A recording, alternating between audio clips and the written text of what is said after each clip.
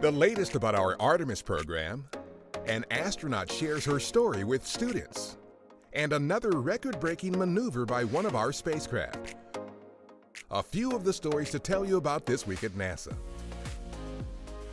Administrator Bridenstine spoke about our Artemis program during a June 10th town hall at our Glenn Research Center in Cleveland, Ohio.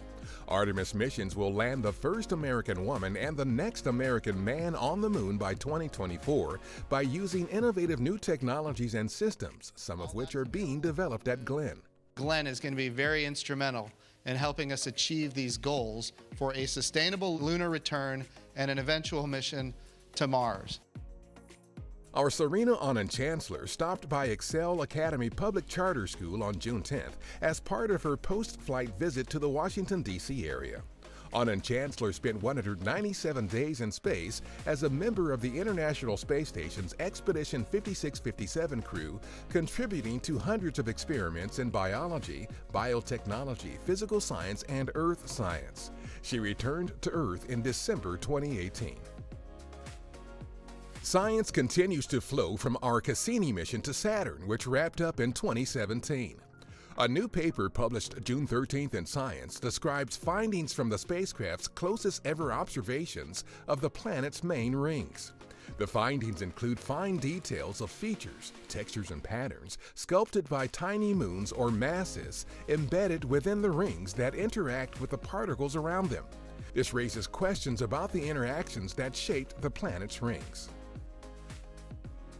On June 12th, our OSIRIS-REx spacecraft performed another significant navigation maneuver, breaking its own world record for a spacecraft making the closest orbit of a planetary body. The maneuver began the mission's new phase, known as Orbital B, and placed the spacecraft 680 meters, less than half a mile, above the surface of asteroid Bennu. A newly installed webcam, affectionately called Seeing 2020, offers the public a live bird's-eye view of construction and testing of our Mars 2020 rover at our Jet Propulsion Laboratory in Pasadena, California.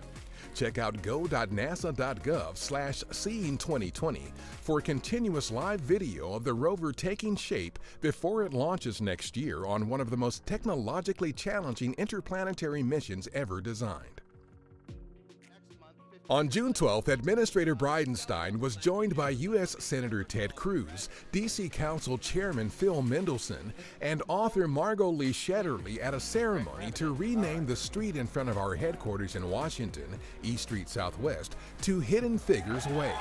The event honored Katherine Johnson, Dorothy Vaughan, and Mary Jackson, who were featured in Shetterly's book and subsequent movie Hidden Figures, as well as other women who have dedicated their lives to honorably serving our country, advancing equality, and contributing to the United States space program. That's what's up this week at NASA. For more on these and other stories, follow us on the web at nasa.gov/twan.